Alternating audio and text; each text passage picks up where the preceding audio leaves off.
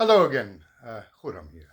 I want to make another video. It's been a little while since I made my last video, and I thought this video I would address to beginners on the spiritual path or intermediates, people who are already on the path and finding their way, quote unquote spiritual path, as you should get if you're an advanced practitioner. Um, the problem I have with sharing with people, not that it's a problem at all, is simply that I am permanently established in what they call the liberated state, which means I have absolutely no affinity with suffering whatsoever, because I have no suffering in me anymore. The whole story that I had, the storyteller and all that stuff, that got wiped away. But I described that in my my last three videos, basically. Nevertheless, there's a lot of people who are, seeking and in earnest, and I thought I'd give my 5 cents worth, the things that helped me, and give a few tips. Some very good teachers I came across who you could check out, who are remarkable for their honesty, integrity, authenticity, and humility. And I've put a mention. I've linked them in the description box below. Yeah, I mean, as a liberated, quote unquote, person, individual, somebody who actually, quote unquote, attained nirvana. It's no attainment, as I told you. Someone in that state has a difficult time understanding the problems that people have, because they're all born of the ego, and the ego being no longer a permanent fixture within the organism. There's no way to relate to that. It's a bit like asking somebody who's emigrated to a tropical island years ago to show you the ticket, their flight ticket, and the name of the travel agency, the booking agency that got them there. They've probably forgotten. They wouldn't be able to tell you because they're too busy enjoying themselves. So that's the kind of situation I am faced with when looking at the masses of people on the path, seeking something, seeking enlightenment. It's always a bit like being a shipwreck, and you've been washed up on the shore, and you can see all these people floundering around in the sea of samsara. Others have got their boats. They're still in their boats, their ego constructs, sailing around, or their boats have capsized partially, and they're left with little dinghies. They've grabbed onto a piece of flotsam, and they're sort of, paddling away, trying to find a way out, and they're worried about drowning. And really what happens is that you lose that last piece of support, and you end up washed up on the shore like me. And when you're washed up on the shore, you're safe. I can't tell that to anyone, because that wouldn't make any sense to somebody who's struggling against the current that seems to be, dragging them down. What you need to be aware of is these dinghies with helpers. So some of them rescue boats, with names like Trump and Swan. But I'll get into that. I mean, it's quite simple. You need to basically make sure that your consciousness is clear, and that you can at any point in time, here and now, access consciousness. And when you are on the path of awakening, that can be quite a trying trial, a challenge. And I've got a series of techniques, very powerful self-help techniques, which I used for over 20 years. Well, over 20 years, right through the noughties, for a period of several years, and they were extremely helpful, and got me out of emotional states and stuckness. And the first one of those I shall mention, which you can use up to 20 minutes a day, and that's why I'm recommending 3, because you can only do this for 20 minutes a day, and that's the limit. Then you can use the other techniques, or a combination thereof, to stay clear, and that's means you're in a state of clarity, awakened and connected, aligned with your true self, your higher self, whatever you want to call it. The first one is called TAT, Tapas Acupressure technique, and it's a very gentle and effortless way to connect with your true self within, and it involves holding certain acupressure points by your the inner eye, the just under your eyebrow, above the corners of your eye, and the third eye, and the other hand goes at the back of the head. And you repeat a series of statements, and whatever issue you happen to be having is gone, poof, within a couple of minutes, mostly. And you can use that to treat anything, any kind of stress, panic, fear, old traumas, childhood traumas, limiting beliefs. You just put them in a pot, and you hold this pose for up to about a minute, and you'll be amazed at what happens.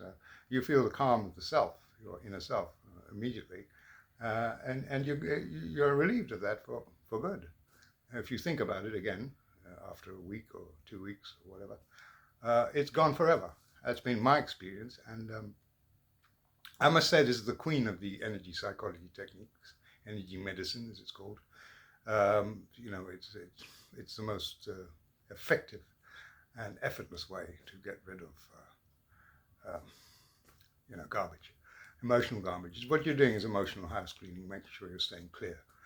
The next technique that I recommend highly is called the Zed Point or ZPoint, Zed Point by Grant Connolly. Tapas Fleming is the creator of the Tapas Acupressure technique. And as I said, I'll left a link below, how to do TAT, and a couple of introductory videos by Tapas herself. One, I think, telling you how to hold the pose, and so you can get started with that. And it's quite exciting and fun thing to do. And if you're manifesting, you're still at the stage where you want to manifest a better life, which is really, part of the personal self-actualization. Feel free.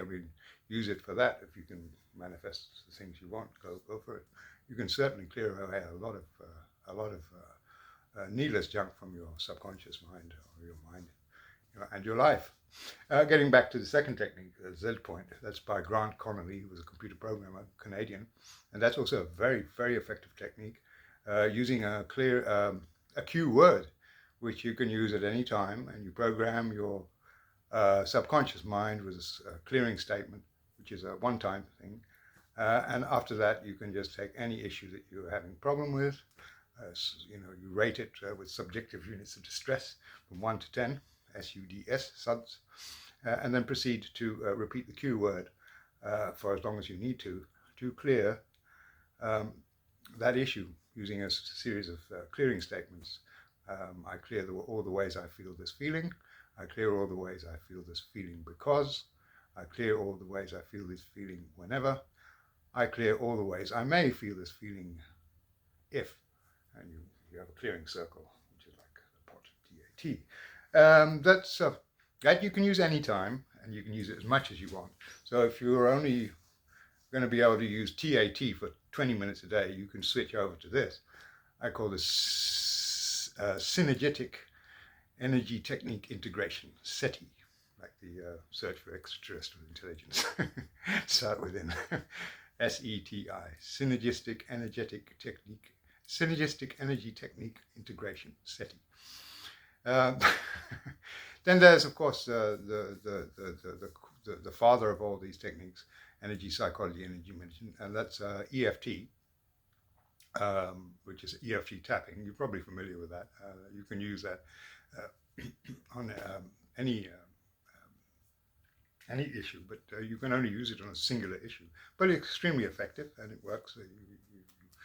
You tap the side of the hand, the karate chop point, and you proceed to tap different points, acupressure points, on your face and on your hand and on your head. There's about 14, 10, 11, 12 of them. That's an emotional freedom technique developed by Gary Craig, Stanford engineer. I mean, TAT is just imagine you're part of a demolition team, a demolition construction company, and you want to demolish a building.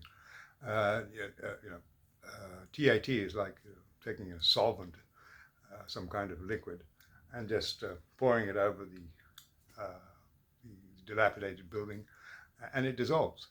You could say Zed Point. ZPoint is like a demolition ball, and EFT is like hammer and chisel.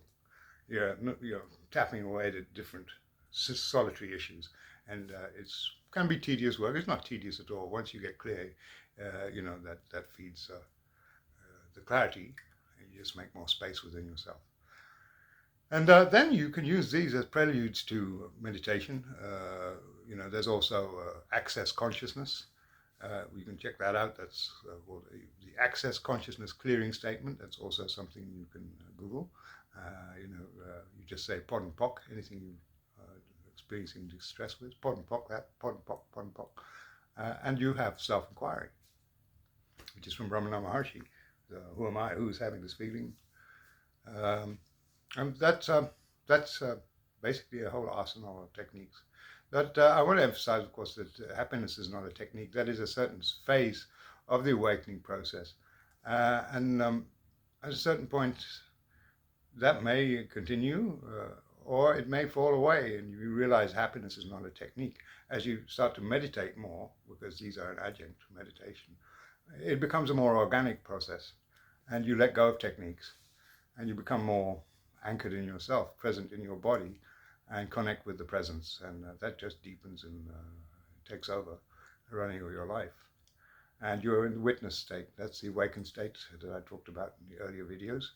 In my very first video, Awakening versus Self-Realization, what it is, enlightenment, self-realization, what it is and what it isn't, awakening versus liberation. Okay. Now, going on to I hope these have helped you.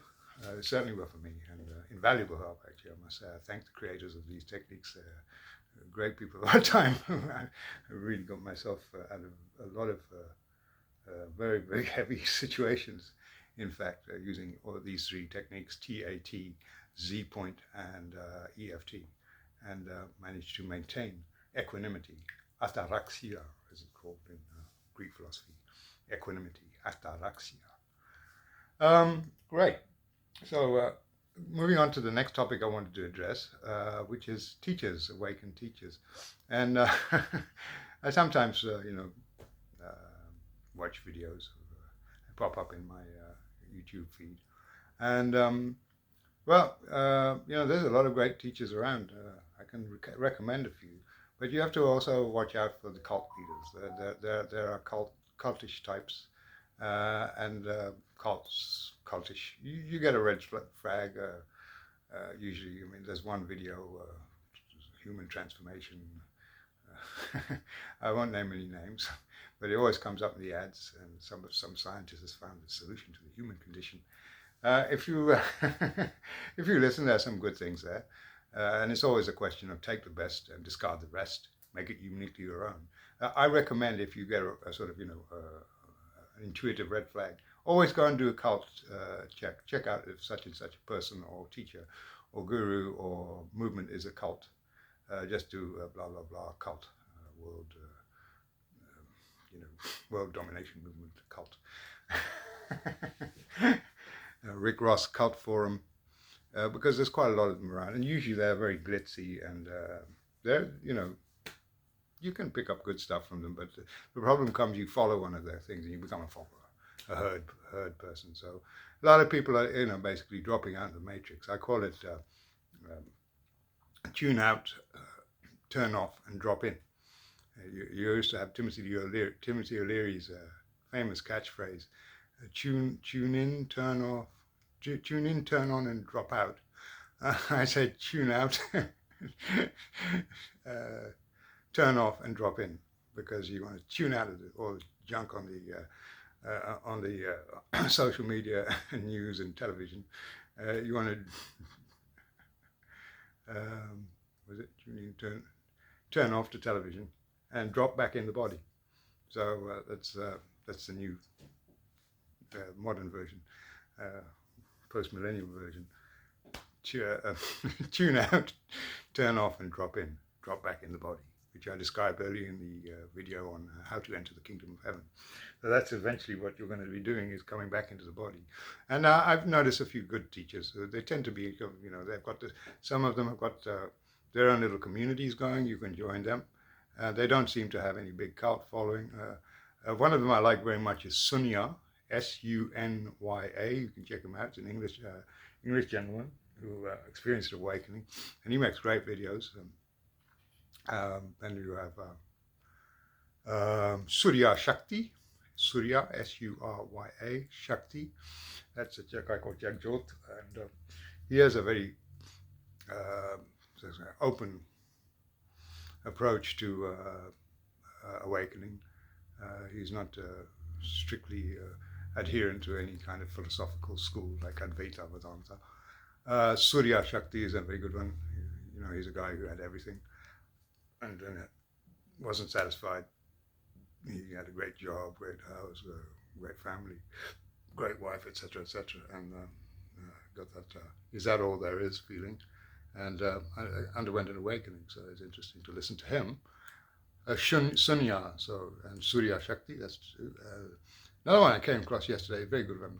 A guy called I don't know his name, but the channel is Spiritual Renaissance. Spiritual Renaissance. It's a guy with a beard, American guy, and he seems to be really authentic. And he also is talking from lived experience, dropping out, and at a certain point, that whole idea of trying to make your perfect life kind of drops away for some reason. You may or may not achieve those aims, but you'll definitely graduate to the next level, and you'll see that the whole of the world that you live in is a matrix, a lie, and you want to know what you can do about it. It's a terribly lonely, sort of dark night of the soul situation. You want to be, know what's going, know there are others who are in the same situation, and maybe get some guidance as to how to deal with that, how to deal with the world. And teachers like him are very good. They're all connected through the Satsang network, which is worldwide now. Satsang connects you to all the great teachers of past, present, future. Then there's another one I came across today, and that's a very good one. He's a Christian mystic. He used to be an evangelical preacher, an evangelical minister. He spent his life doing that until he had a mystical awakening. And I believe that we need more of those kind of people, especially in the West, who have undergone, who've jumped ship, who got disenchanted with the evangelical belief system. His name is Logan Barone. Logan Barone. He has some great videos. I just checked them out. So if you'd like to check these out, feel free. And other than that, I haven't got anything else to say. So I wish you a very good day and happy times.